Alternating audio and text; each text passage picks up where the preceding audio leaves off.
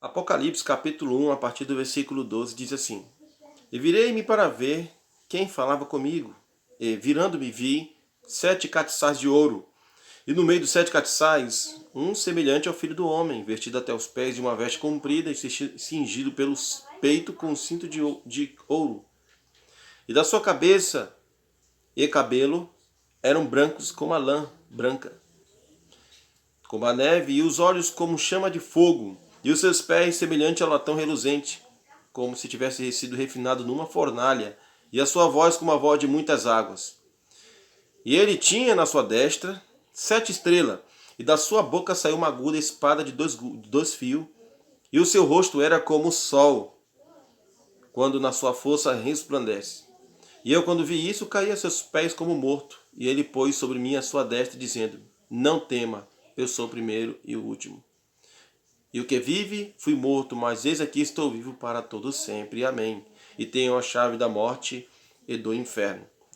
Essa foi a visão que João, na ilha de Patmos, que era uma prisão usada pelos romanos para encarcerar os prisioneiros condenados. E João, o apóstolo, discípulo do amor, no versículo 9, ele diz: Eu, João, também vosso irmão companheiro na tribulação e no reino e na paciência de Jesus Cristo, estava na ilha chamada Patmos, por causa da palavra de Deus e pelo testemunho de Jesus Cristo. João aqui está dizendo que já estava passando por uma tribulação nos seus dias. Aquele primeiro século já era marcado por perseguições, tribulação. E ele estava na ilha de Patmos, naquela prisão ou naquela penitenciária, por ter sido preso por causa da palavra de Deus, ou ele foi lá para evangelizar as pessoas, ele estava lá para testemunhar de Cristo naquele lugar.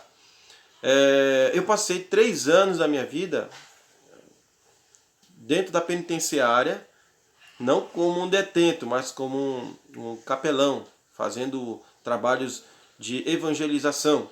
Então estava lá por causa da palavra de Deus e do testemunho de Jesus Cristo. Semelhantemente também, João poderia estar lá por essa razão, acredito eu.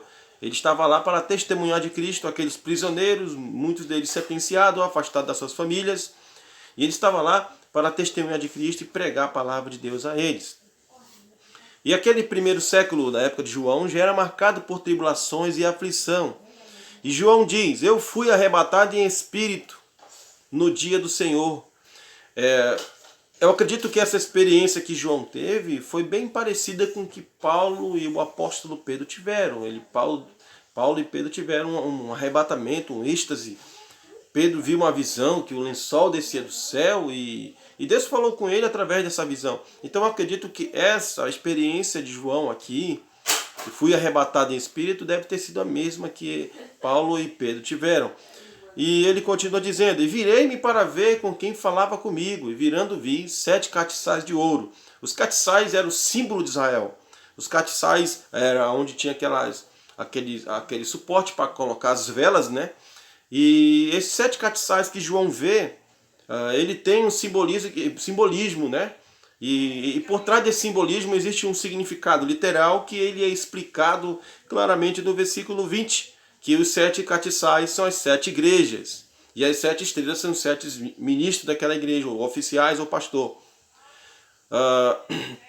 O Senhor Jesus está no meio desses castiçais. João diz: E vi no meio dos 7 castiçais um semelhante ao filho do homem, vestido até os pés de uma veste comprida e cingido pelo peito com um cinto de ouro. Aqui ele está contemplando uma visão da glorificação de Cristo. Cristo morreu e ao terceiro dia ressuscitou. E depois de 40 dias ele ascendeu. Ele foi levado ao céu. Ele foi para o Pai. A sua vinda, né? Um outro tipo de vinda, a vinda de Cristo ao Pai, a ascensão. Já falei isso nos vídeos anteriores. E João está contemplando, e o que é mais maravilhoso ver João na sua limitação humana. Ele usa palavras para tentar descrever a beleza de Cristo, do nosso Senhor Jesus Cristo. E ele vai colocar aqui algumas figuras Ele vai colocar aqui algumas figuras de linguagem usadas da nossa terra, da nossa linguagem humana, para tentar descrever o Senhor Jesus Cristo, mas não há sabedoria, não há alguém capaz que possa descrever o Senhor Jesus Cristo glorificado. Ele é belo, ele é maravilhoso. E João diz assim: a sua cabeça e cabelos eram como brancos, como a alva lã, como a neve. Não existe palavra e nem vocabulários para descrever o nosso Senhor Jesus glorificado. Somos limitados. E ele diz: e os seus olhos como chama de fogo. Versículo 14. O significado dos olhos como chama de fogo nos ensina que nada está oculto, escondido aos olhos do Senhor. Não há escuridão, trevas nenhuma que possa esconder dele algo que ele possa enxergar. Ele enxerga tudo. A Escritura diz que todas as coisas estão nuas e patentes aos olhos do Senhor. Ninguém consegue esconder o que há no seu coração diante do Senhor Jesus. Ele olha para o coração dos homens e faz uma leitura perfeita. Ele sabe o que exatamente existe ali naquele coração. Ele tem os seus olhos como chama de fogo. Ele conhece as motivações, ele conhece os desejos, os anseios do coração de cada um. Ele sabe o que há por trás daquela ação, o que motiva aquela pessoa a fazer aquilo que ela está fazendo. Se é por amor ou se é por apenas uma forma de barganha com ele. Ele conhece todas as coisas, ninguém consegue esconder nada diante dos olhos do Senhor. Nós homens não conseguimos identificar o que há no pensamento, no coração das pessoas, mas o nosso Senhor Jesus, o homem, o Filho de Deus, ele conhece o coração de todos. Os seus olhos são como chamas de fogo. E no dia do juízo, quando todos os homens irão prestar conta diante dele, não vão conseguir esconder nada. Todas as coisas estarão expostas e ele julgará cada um segundo as suas obras. E João diz: os seus pés eram como um latão reluzente, como que ao bronze polido, como refinado numa fornalha, e a voz dele é como voz de muitas águas. Os seus pés como latão reluzente. Isso aqui nos faz lembrar aquela passagem do livro do profeta Isaías, no capítulo 52, versos 7, que ele diz: como é agradável sobre os montes os pés dos que traz boa notícia, dos que traz boas novas. Para uns é uma boa notícia e felicidade, mas para outros é uma notícia não muito agradável, porque ele vai vingar, ele vai julgar desculpa, todos os homens. E a descrição de João aqui, né, em contemplar essa visão de Cristo glorificado, nos mostra que ele está pronto para a batalha, nos mostra que ele está pronto para a guerra. João diz, no versículo 16, e ele tinha na sua destra 7 estrelas, e da sua boca saía a aguda espada de 2 fios. João estava vendo nesta visão, né, há o simbolismo, que a espada saindo da sua boca. E em Apocalipse 19 também, no capítulo mais à frente, ele vai nos relatar, repetindo mais uma vez, que ele vem cavalgando as nuvens, da sua boca vem uma aguda espada para ferir com elas nações, julgar. Aqui nós temos João já adiantando para nós o que depois ele vai falar novamente no capítulo 19. Da sua boca uma aguda espada de 2 gumes. Simbologia aqui. E o significado dessa simbologia é que a espada ela simboliza, ela representa a palavra de Deus. A palavra de Deus que é como uma espada de 2 gumes. Em Hebreus capítulo 12, se eu não estou enganado, faz tempo que eu não leio esse texto, diz que a palavra de Deus é como uma espada de 2 gumes, ela é poderosa para discernir os pensamentos e corações dos homens. João aqui vê Cristo glorificado e da sua boca sai uma espada de 2 gumes. E ele está vindo para julgar, ele está vindo para guerrear contra aqueles rebeldes que o rejeitaram e o crucificaram. E ele diz, e eu quando vi isso, caí aos seus pés como morto, e ele pôs sobre mim a sua destra, dizendo, não temas, eu sou o primeiro e o último, o que vive. Fui morto, mas eis, estou aqui, vivo para todo sempre. Aqui João agora ouve essas consoladoras palavras do nosso Senhor Jesus. Eu estava morto, Jesus diz, eu agora estou vivo. O que faz o cristianismo ser uma religião ímpar, uma religião singular, uma religião verdadeira, é que ela prega um Senhor, um Cristo que não está mais morto, mas está vivo. Existem muitas religiões por aí que pregam, os fundadores dessas religiões morreram e não ressuscitaram. Me diga algum dos fundadores no islamismo, no hinduísmo, no budismo, se algum deles ressuscitaram, os fundadores dessas religiões. Nenhum deles. Todos morreram e estão lá na sepultura, detido pela morte. Mas o Senhor Jesus Cristo, Ele que estabeleceu o reino aqui, nos corações dos homens. Ele morreu e ao terceiro dia Ele ressuscitou. E a palavra de Deus, ela é digna de nossa confiança? Sim, a Escritura é a prova clara de que tudo que está escrito e ensinado aqui no livro sagrado é verdadeiro, porque nós presenciamos isso na vida real. E Jesus Cristo, quando ressuscitou, ele apresentou muitas provas infalíveis. Nós temos um exemplo lá em Lucas capítulo 24, a partir do versículo 37.